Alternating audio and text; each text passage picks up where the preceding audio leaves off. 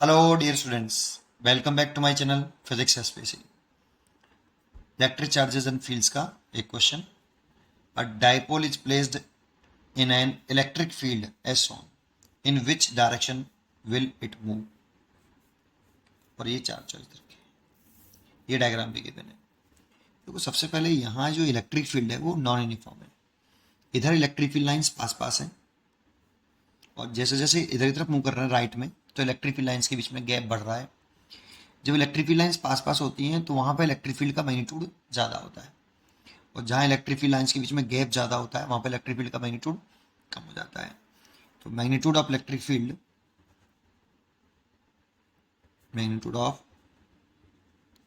Field directly proportional two lines density.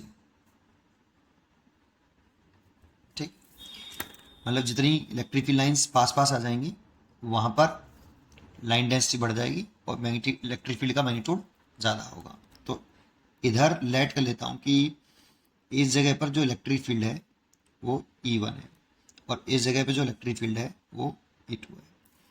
तो E1 का जो मैग्नीट्यूड है वो ग्रेटर है E2 के मैग्नीट्यूड से. ठीक है, अब देखो ये पॉजिटिव चार्ज है. पॉजिटिव चार्ज पे जो फोर्स लगता है वो इलेक्ट्रिक फील्ड की डायरेक्शन में लगता है. तो इस पर फोर्स लगेगा कुछ इस तरह से F1 और इस पर जो फोर्स लगेगा इलेक्ट्रिक फील्ड के अपोजिट डायरेक्शन में. नेगेटिव चार्ज है, नेगेटिव चार्ज पे जो फोर्स लगता है वो इलेक्ट्रिक फील्ड के अपोजिट डायरेक्शन में लगता है, इसलिए इस पर फोर्स लगेगा इस तरह से F2. देखो चार्ज का मैग्नीट्यूड सेम है बट इलेक्ट्रिक फील्ड का मैग्नीट्यूड अलग है. तो फोर्स कितना होता है F बराबर QE. इसीलिए अगर मैं फोर्स की बात करूं तो F1 की जो वैल्यू होगी वो होगी QE1 और F2 की जो वैल्यू होगी वो होगी QE2, है ना. और अगर ऐसा है तो QE1 बड़ा है देखो E2 से, तो QE1 is greater then QE2. ठीक है, that is F1 is greater than F2. ठीक है, और अगर F1 बड़ा है F2 से तो ये राइट में मूव करेगा. ठीक है, नेट फोर्स जो लगेगा नेट फोर्स होगा F1 minus F2. Net torque यहाँ पर 0 है बिकॉज दोनों फोर्स की लाइन ऑफ एक्शन सेम है. देखो इस फोर्स की लाइन ऑफ एक्शन देखें और इस फोर्स की लाइन ऑफ एक्शन देखें तो लाइन ऑफ एक्शन सेम, तो perpendicular distance between two forces वो 0 है, इसलिए नेट टॉर्क दोनों फोर्सेस का वो 0 है. तो लेकिन नेट फोर्स है और वो टुवर्ड दी राइट है, टुवर्ड दी राइट. ठीक है, क्योंकि F1 बड़ा है F2 से, इसलिए मूव तो राइट में करेगा. 1 हो गया.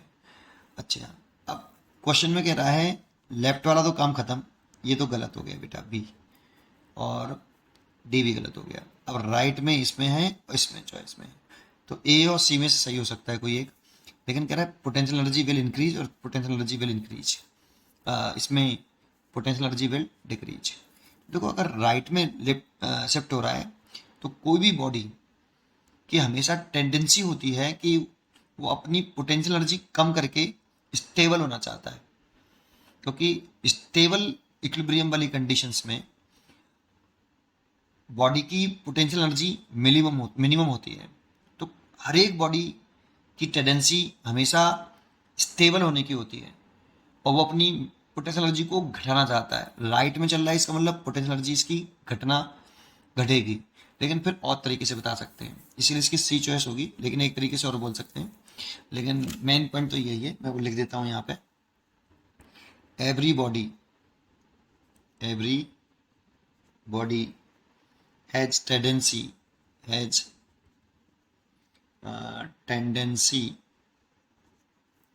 to minimize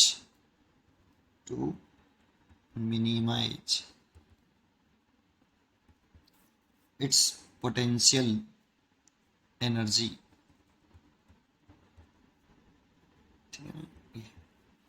Everybody has tendency to minimize its potential energy. तो इधर इधर चल रहा है, इसका मतलब पोटेंशियल एनर्जी घट रही होगी. ठीक है, लेकिन एक तरीके से और बता सकते हैं इसी चीज़ को. देखो पोटेंशियल एनर्जी का फॉर्मूला होता है डायपोल का माइनस का पी ई कॉस थीटा। इसमें थीटा पी और ई के बीच में एंगल होता है। तो पी की डायरेक्शन किधर, देखो negative charge to positive charge. देखो एक बार बना लेता हूँ यहाँ पे इलेक्ट्रिक फील्ड इस तरह से कुछ, ठीक है। और यहाँ पे ये डायपोल है, ये प्लस के क्यू और ये माइनस के क्यू, और डायपोल मोमेंट की डायरेक्शन जो है वो ऐसे है और ई की डायरेक्शन इधर की तरफ, तो थीटा हो गया 180। इसीलिए पोटेंशियल एनर्जी आई माइनस का पी ई कॉस 180 डिग्री। इसलिए पोटेंशियल एनर्जी आई प्लस का पी ई इतना। और देखो जब ये इधर राइट में चलेगा ना तो इलेक्ट्रिक फील्ड घट रहा है। राइट में चलने से इलेक्ट्रिक फील्ड क्या हो रहा है, डिक्रीज। अगर राइट में चल रहे हैं हम तो इलेक्ट्रिक फील्ड घट रहा है, ये डिक्रीज हो रहा है देखो। तो पोटेंशियल एनर्जी भी डिक्रीज होनी चाहिए, ऐसे ऐसे बोल सकते हो आप। वैसे सबसे बढ़िया आंसर तो यही था, ठीक है ना। इसीलिए इसकी जो आंसर होना चाहिए वो सी होना चाहिए। पढ़ते रहिए और खुश रहिए। Thank you.